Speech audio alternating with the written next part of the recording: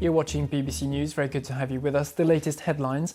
President Biden has insisted the Kabul airlift will continue despite 2 attacks killing more than 60 people near the airport. And the US president described the 13 Americans who lost their lives as heroes and promised the perpetrators would pay for their actions. Let's stay with that story now on the events in the Afghan capital. I'm joined by retired Lieutenant Colonel Daniel Davis. He's an author and American foreign policy analyst with Defence Priorities, who himself served in Afghanistan. Thank you very much for being with us. I have to start by asking, you served in the military in Afghanistan. This has been the deadliest day for the US Army in more than a decade. What's your reaction?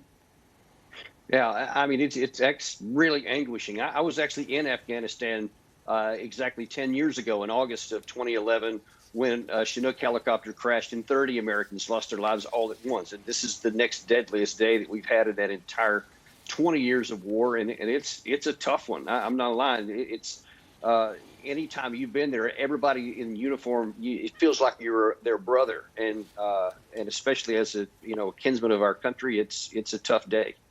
President Biden has remained steadfast. He says the withdrawal is right. It will continue. He will stick to the deadline.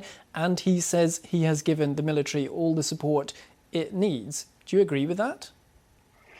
Yes, 100%. I absolutely wish that it had been done better. It could have been coordinated much more tightly. And I think there's other things we could have done to minimize and mitigate some of this. But look, this was always going to be a disaster the way it happened, because the only reason that all of these things are falling apart right here at the last is because we've had 20 years of abject failure of American policy and unwillingness to be honest with the American people and with the West generally, and then the extraordinary level of corruption within the Afghan government and military, all of which was on display over about a 10-day period when their entire edifice collapsed and allowed the Taliban not even to have to fight for most of their territory and literally drive into Kabul. But what have the foreign policy failures been? How have the American public been misled or not given the full picture?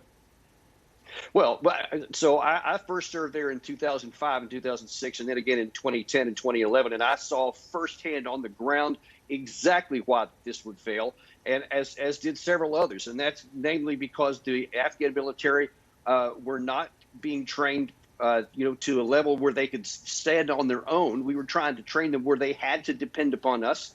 We saw that the government was continually extraordinarily corrupt. But instead of being honest about that or holding anyone accountable, we kept telling everybody that things are getting better, that they're succeeding, that they're on the right azimuth, that they're getting their corruption under control and they're getting their people's support, none of which was ever true. If we had been honest about this, especially, say, in 2014 or even as late as 2016, if President Obama had gotten us out then, the Taliban only possessed about 6% of the territory. Almost all of this could have been avoided. We could have gotten out in order, and the Afghan government and military would at least have had a chance. But by not being honest and then waiting until this last time when Biden finally pulled the plug, then they almost had no chance and they just collapsed overnight. President Biden has said the US will hunt down those responsible. They will pay the price. Is that possible? How will he go about doing that? Absolutely. And in fact, that really underscores one of the reasons why I've been advocating for more than a decade for us to withdraw, because our security is not tied to having troops on the ground in Afghanistan. It never was. And as we have demonstrated when we took out Osama bin Laden in Pakistan, al-Baghdadi in Syria, the leader of Iran, Soleimani, in 2019 or 2020, all of those were taken out without the results of any troops on the ground. Our intelligence, surveillance, and reconnaissance ability to strike direct targets anywhere in the world that a threat arises, we have that capacity. We've done it, and we're going to continue to do it. Having troops on the ground or having the troops withdrawn, the main thing it does is it takes the target off their back. So now that we won't have any more of these kind of killings, but we still have the ability to reach out anytime we identify a threat. OK, we'll have to leave it there. Retired Lieutenant Colonel Daniel Davis, thank you very much for being with us. Appreciate it.